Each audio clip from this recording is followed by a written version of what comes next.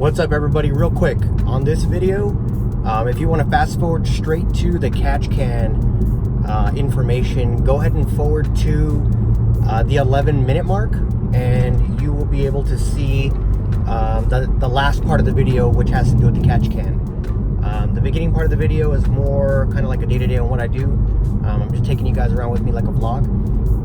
But if you just want car information, if you just want catch can information, go to the 11-minute and 40-second mark. So enjoy. What up, YouTube? It's your boy Fahrenheit. Wait, how do I say my name? Fahrenheit. That's right. Fahrenheit Motorsports here. And today we're gonna do something pretty cool. We are actually going to be checking my oil catch can, and we're just going to see how much it is actually accumulated. Now, for those of you guys that actually tuned in before, I installed an oil catch can that is the exact specifications as the Mishimoto can. I looked at all of the characteristics of the Mishimoto can, and this one is damn near identical. So if they weren't made in the same facility, then you know, I don't know what's happening in life, because they are identical minus branding on it. Anyways, we are going to go through the process of emptying out the catch can to see how much fluid that it's caught, and we're going to discuss a little bit about the benefits and cons of running one. For obvious reasons, people say that you need to be running an oil catch can because it catches vapor that would otherwise be collecting, well, we'll say vapor and or carbon deposits that would be collecting on your valves, your valve train assembly, whole 9 yards,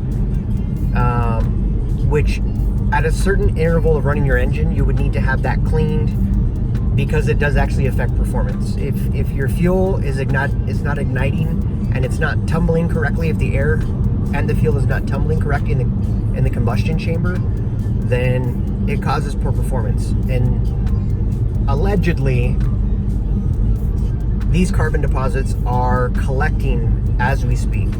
So I'm going to show you guys what I found running my catch can. Now, I did something cool. So whenever I installed the catch can, you guys probably saw that video. If you didn't, I will link the description somewhere up here. And basically, it's just showing me installing it, how I did it. It was not a, specific fit, so I did have to basically make the can fit, and I did a pretty good job at it. But what I did is I reset trip B on my odometer, and that puts me at 4,555 miles since it's been installed. So there's probably quite a bit accumulated in there. I checked it at 1,500 miles, and there is probably about an ounce of accumulation in the can. Now, it's debatable. There's people that say you absolutely don't need that. There's other people that say that you do need that. I'm going to let you guys decide. I don't want to get in the middle of all that, because it's ridiculous that the arguments that people get into. Anyways, the purpose of the can, obviously, is to catch, again, those carbon deposits.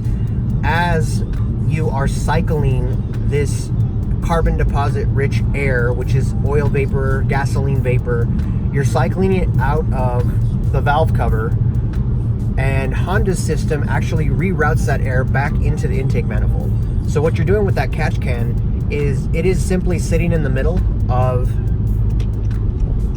the valve cover and in the intake manifold, and it's going through chambered loops that allow it to scrub the air and capture all of that deposit. So,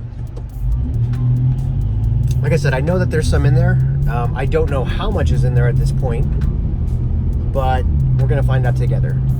Now, right now, I'm actually on my way to a home inspection. For those of you guys that did or did not know, I am a realtor by trade. That's how I, of course, supply my sickness of modifying vehicles. Of course, I need my next fix, so in order to do that, I gotta sell a house. So I'm going to a home inspection. I'm gonna take you guys with me. We're gonna meet the inspector. We're gonna walk around the house. That way you can kind of see what's here in the market. Maybe you guys live here. Maybe you guys want to move here. I'll sell you a house. And guess what? I'll buy us both car parts. But anyways, we're gonna go to this inspection. When we're done, we're gonna rush back home. I'm gonna pop the hood, and then we are gonna take a look together and see what this catch can has to offer. And then, of course, once it comes out, we'll talk about the benefits, the pros, the cons, and we'll just go from there. So you guys stay tuned. I know this is a rant of an opening scene here, but we're going to get to the good stuff here in a second. So don't go anywhere, please. All right, guys, so this is the property that we're doing an inspection on. It is in a fantastic neighborhood.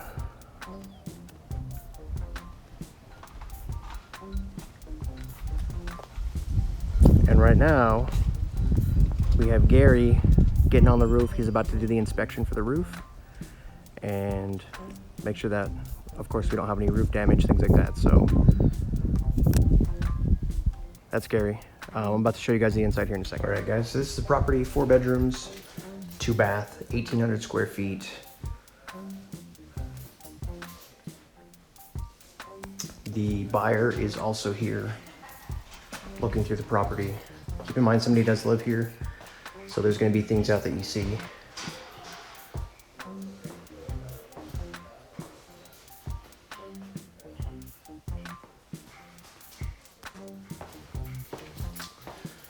Got the washroom,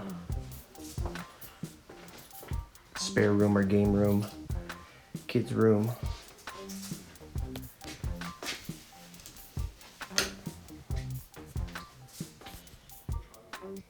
Bathroom.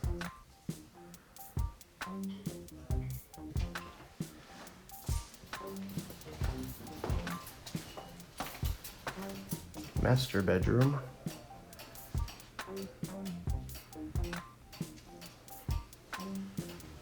And then, of course, the master bathroom.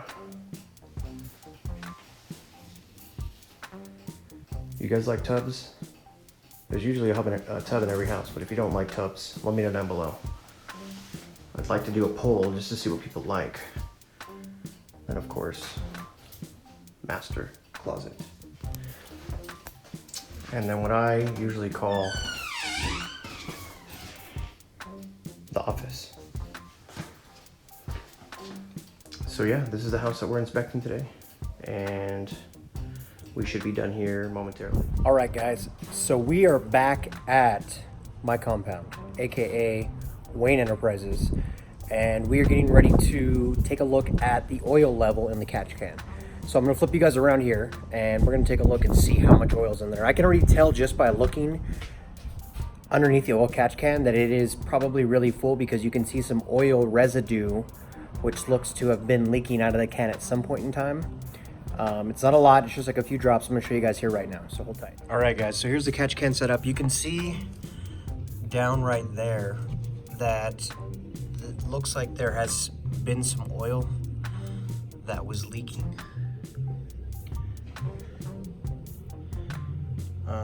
And you can actually see the shine of it back on the intake manifold. I don't see anything below it, so I'm going to assume that it's just in that area. So I'm going to clean that up real quick before I take the catch can out. This thing is probably full, so give me a second to clean that up, and then I'm going to set the camera up so that you guys can see the catch can coming out. All right, guys, so I'm going to try to take the oil catch can off. I have these towels in place just in case some of this fluid goes everywhere, but I'm going to try to very gently unscrew it.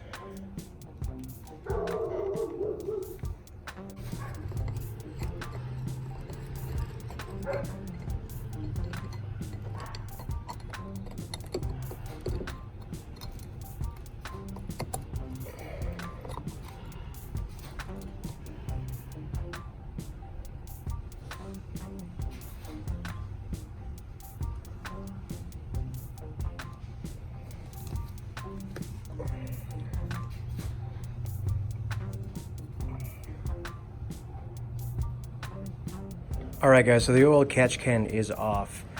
I'm going to show you guys the contents of the can.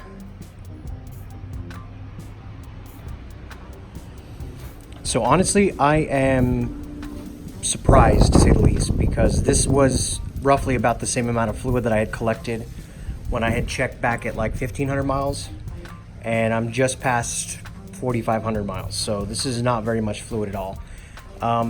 If you saw when I was trying to take this off, there was a little bit of fluid that was at the bottom of the can.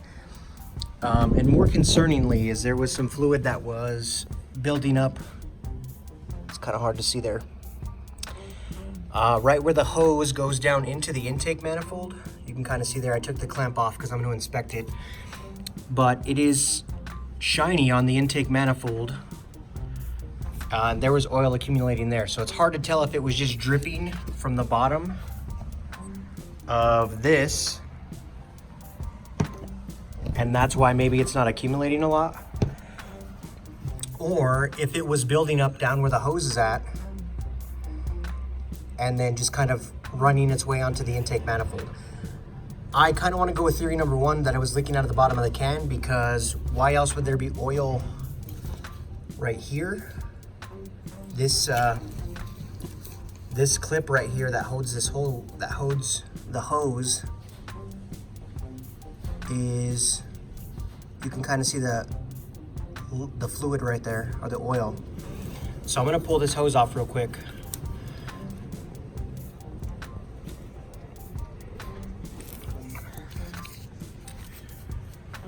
Give me 1 second here.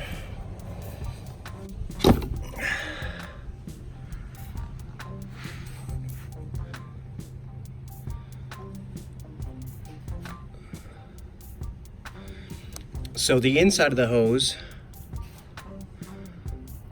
doesn't look like there's oil in there, with the exception of what I just wiped. So it looks like the oil that was actually down there is because of a leak at the bottom of the catch can. So I'm going to assume that any oil I was accumulating in there was leaking from the bottom of that can, because that fitting wasn't tight. So what's the final conclusion? I mean, as you can see, it does catch something. This looks to be more like, you know, oil, sludge residue. If you smell it, it smells just like a two-stroke. So gas and oil mix. You can smell gas in there, which is, you know, it happens. That's what's happening in your engine. You're mixing gasoline, oil, and air. So that's what's collecting in here. So I guess what I need to figure out is why this is leaking at the bottom. So I need to seal that up, tighten that up a little bit more, and then make sure when the can is on, it's tightened all the way, because it seems to be doing its job. I mean, this is running straight from the valve cover. It's routed all the way back. It goes into the catch can assembly. It goes down into this container. It gets strained by this piece right here, which actually helps separate the vapor. And then it goes back into another channel and then comes across into the hose that I just pulled into the intake manifold. So dirty air is coming from the top of the engine, getting routed through and then sucking back into the intake manifold, so it's recycling. So at the end of the day, yes, it does work. I mean, it's controversial. People say that you don't really need it. As you can see from my experiment here, after 4,000 miles, it's to be continued, because there's nothing I can say at this point that says it does work or it doesn't work. I mean, I've caught a little bit of fluid, but it doesn't tell me anything at all, other than I have some leaking on my intake manifold, and that's about it. So with that being said, should you use one? Have I noticed any difference? I noticed since I've had it on that, and this could be because of the longer lines, I've noticed that the responsiveness of the throttle doesn't necessarily feel as great as it did when it had a shorter line. That's about it. That's the only difference that I feel, and it's minor. I mean, it's nothing that's major that you can feel it when you press it down and you can feel it bogging out or anything like that. That does not happen. It's hard to explain that when you press the throttle, it feels like there's just a little split second where, you know, there's minor hesitation as air is cycling through that system. So I'm gonna go ahead and investigate this a little bit more. I'm gonna put the catch cam back on, and then I'm gonna start the engine back up so that way you guys can see and hear how that's functioning. So hold tight 1 second. All right, guys, so the catch can is back on. I did secure it. I buttoned up everything as tight as can be. I actually put some thread locker, or almost like a gasket maker, at the bottom, and screwed that access port screw back in, and then made sure all the hoses were connected. Everything's good to go at this point, so I'm gonna go ahead and put the cover back on, and then I'm going to start her up. That way you guys can hear what it sounds like.